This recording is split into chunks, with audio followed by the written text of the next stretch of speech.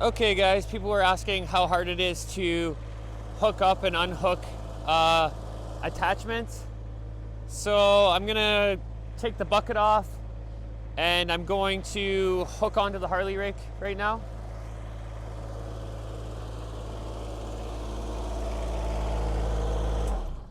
So when you're about to remove an attachment, you turn your pins. You should have the pressure off of them. It's easier, but right there. So turn your pins out.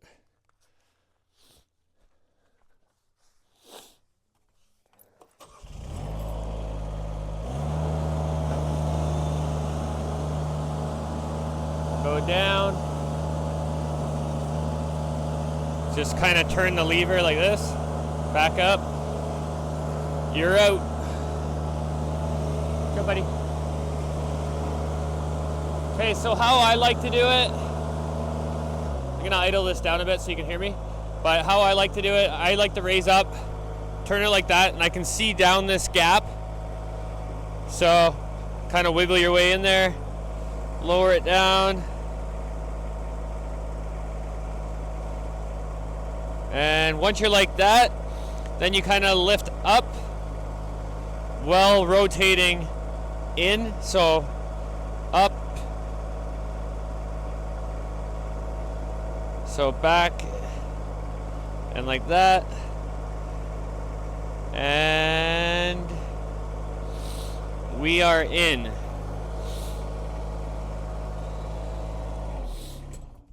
So once you are into the attachment, don't forget to turn your pins. Very easy. The hydraulics, they're all right here.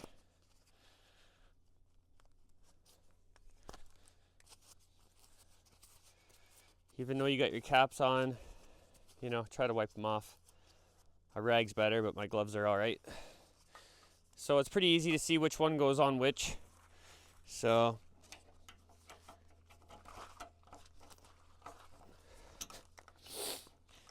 you'll take each line. So this one goes here, pop it on. This one goes here, pop it on. This one's a little tangled right now. Make sure the lines are good. There you go. Pop it on. So now they're all on and you're ready to rock. Oh, that is not in there right. So yeah, we got to adjust that.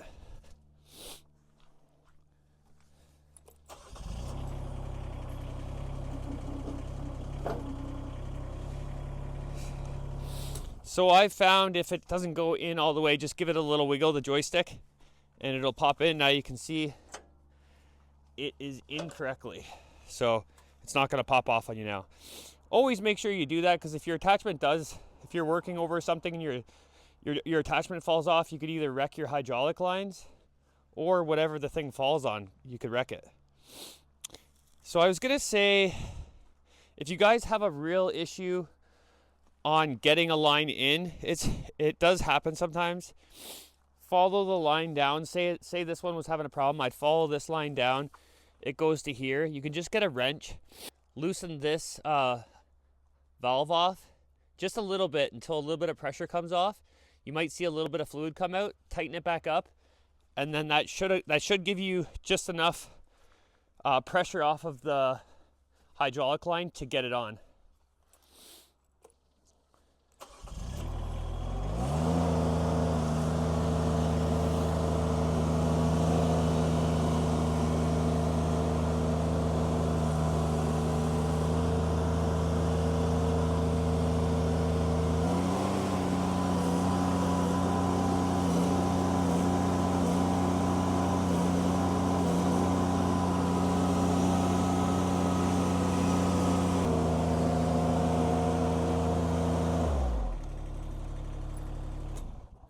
Okay guys, so now I wanted to give a demonstration on how float mode works.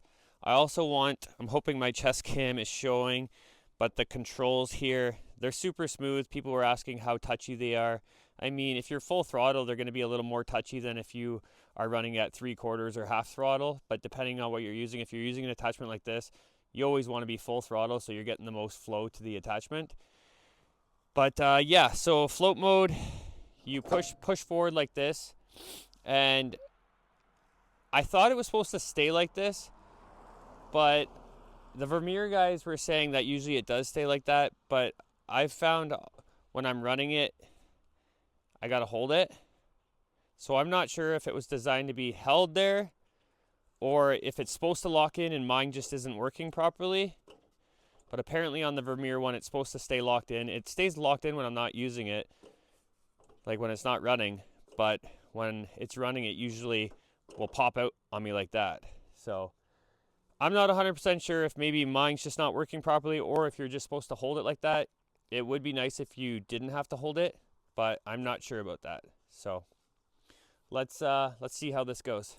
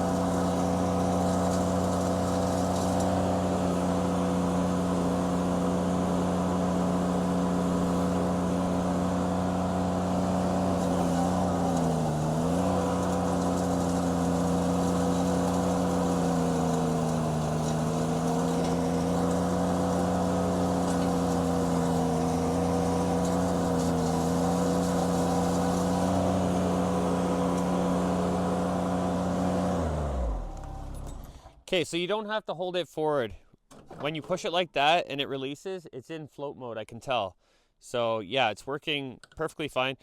One thing I wanted to say right there is if you shut your machine off with it in like that, you shouldn't do that. If I went to go to start it right now, it will stall itself out. You might think there's something wrong with the machine. So there's nothing wrong with the machine if that happens. You just left your high flow attachment or whatever you want to call it, you left that on. So make sure that that's in the middle position when you start it.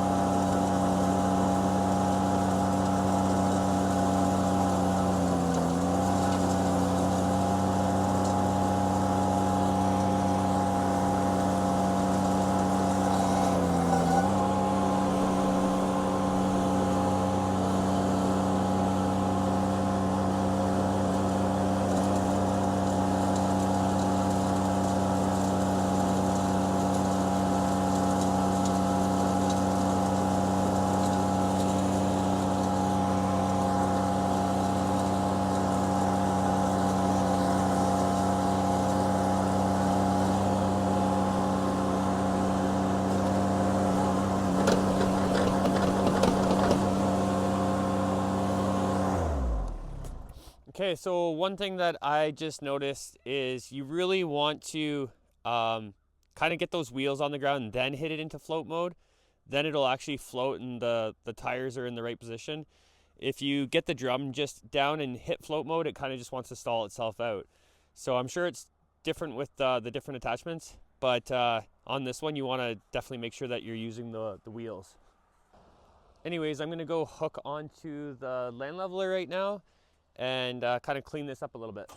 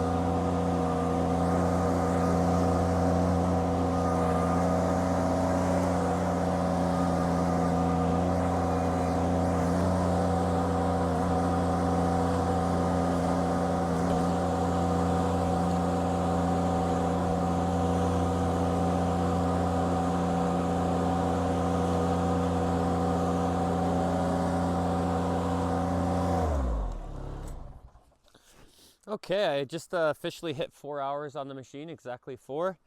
And I will say I was getting the hang of the float mode there.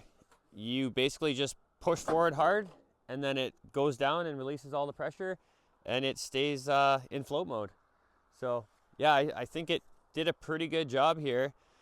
Obviously I'm not spending too much time, but there was a low gap right there that had standing water and it filled that gap.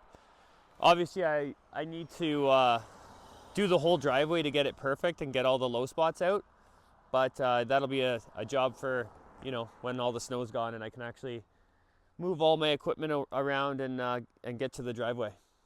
So yeah, guys, that's the Harley Rake and the land leveler. And that's float mode, and that's how you use float mode. And obviously that's how you hook onto attachments. It's not too hard. Anybody can do it. Honestly, I feel like people were complaining that they're too short and they can't see. I feel like I have to bend down to see when I'm hooking up to attachments. So being shorter, I feel like would be a benefit. I'm 6 foot tall, so I'm not super tall, but yeah, I feel like I have to bend down a few inches. Yeah, guys, thanks for the ideas. Thanks for watching, and I'll catch you on the next one. Peace.